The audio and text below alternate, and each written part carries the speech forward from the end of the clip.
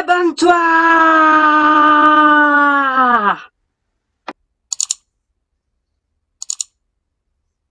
Salut les Poképotes, on se retrouve dans cette nouvelle vidéo à l'occasion de la sortie de la série S4 qui correspondra à quelques cartes près que nous aurons la possibilité de déballer dans la série EB4.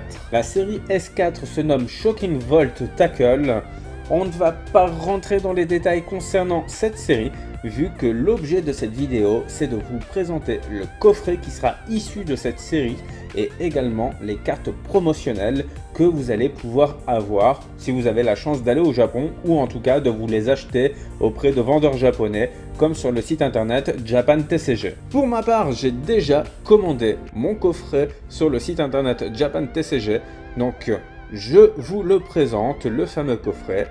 On a Pikachu VMAX qui est mis en avant. On a un bon Pikachu, un peu à l'ancienne, un peu rondouillard, comme on avait l'habitude de le voir dans le jeu vidéo version jaune. Malheureusement, il ne fera que l'illustration du coffret et des boosters qui seront contenus dans les deux displays que vous pourrez trouver dans ce coffret. Ce coffret promotionnel, vous ne pourrez l'avoir que dans le Pokémon Center de Tokyo ou alors en l'achetant directement sur un site internet comme moi j'ai pu le faire en précommande. Dans ce coffret, vous avez également des sleeves avec illustration et une petite box pour ranger votre deck.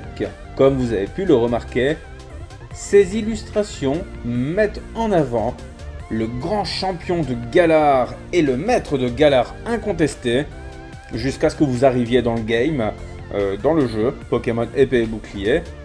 Le dresseur du fameux Dracofeu qui fait peur à tout le monde dans le jeu, j'ai nommé Tarak, le grand frère de Nabil, le Stalker. Comme vous avez pu le remarquer, c'est donc un coffret qui met en avant Pikachu VMAX et Tarak, le grand maître de Galar. Donc, hormis les deux displays qui contiennent chacun 30 boosters, les sleeves et la box promotionnelle dans laquelle vous pouvez ranger votre deck, il n'y a rien d'autre dedans, mais c'est déjà plutôt pas mal. Et généralement pour le prix des deux displays, ce qui fait que vous avez des petits bonus à côté, c'est pas trop dégueu.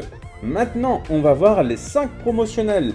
Et avant de voir en détail les promotionnels, je vous mets les illustrations dès maintenant et je vais vous dire comment les obtenir. Donc si vous avez la chance d'aller au Japon, ce qui n'est pas le cas de tout le monde et surtout en période de Covid ça va être compliqué, vous avez la possibilité pour l'achat de 6 boosters dans un centre Pokémon d'obtenir un petit pack qui contient une des 5 cartes promotionnelles de Pikachu que vous pouvez voir là devant vos yeux ébahis. Mais ça ne veut pas dire que si vous achetiez 30 boosters, c'est-à-dire 5 x 6 pour avoir 5 promotionnels, ça ne veut pas dire que vous allez pouvoir avoir les 5 promotionnels différentes parce qu'on n'a pas l'information à l'heure d'aujourd'hui si les packs sont des packs mystères ou non. Mais déjà de base pour l'achat des boosters, avoir des cartes promotionnelles qui se revendront forcément à un certain prix, et là c'est plutôt cool.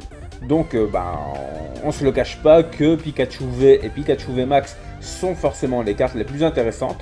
Et après on a une illustration holographique qui est exclusive, qui n'est jamais sortie, qui elle aussi sera intéressante.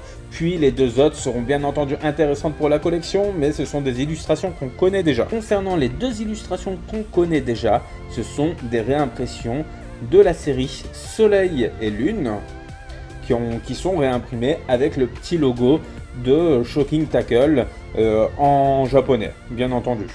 On a également deux illustrations que vous n'aurez pas dans les displays EB4 ou S4 concernant le Pikachu V et le Pikachu VMAX. Ce sont des illustrations promotionnelles, donc vous ne les aurez nulle part ailleurs. Cependant, ce sont les mêmes attaques, bien entendu, si jamais vous jouez. Concernant la Pikachu promotionnelle avec une illustration exclusive qui ne sortira nulle part ailleurs, on va regarder de plus près ce qu'elle fait en attaque. L'attaque Thunder Shock, choc électrique, on pourrait traduire ça comme ça, qui inflige 30 dégâts.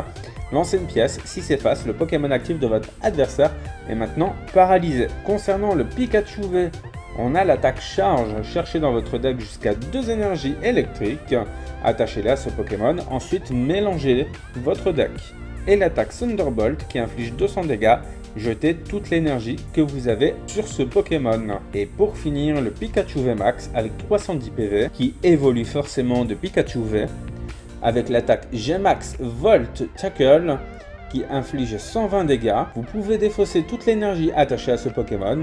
Si vous le faites, cette attaque inflige 150 dégâts supplémentaires, ce qui est plutôt assez fort. Ça inflige donc en gros 270 dégâts pour 3 énergies électriques. J'imagine qu'il y aura forcément des stratégies avec d'autres cartes qui permettra de récupérer des énergies électriques pour les réattacher à Pikachu afin de pouvoir réattaquer au prochain tour. Voilà, j'espère que cette vidéo vous aura plu.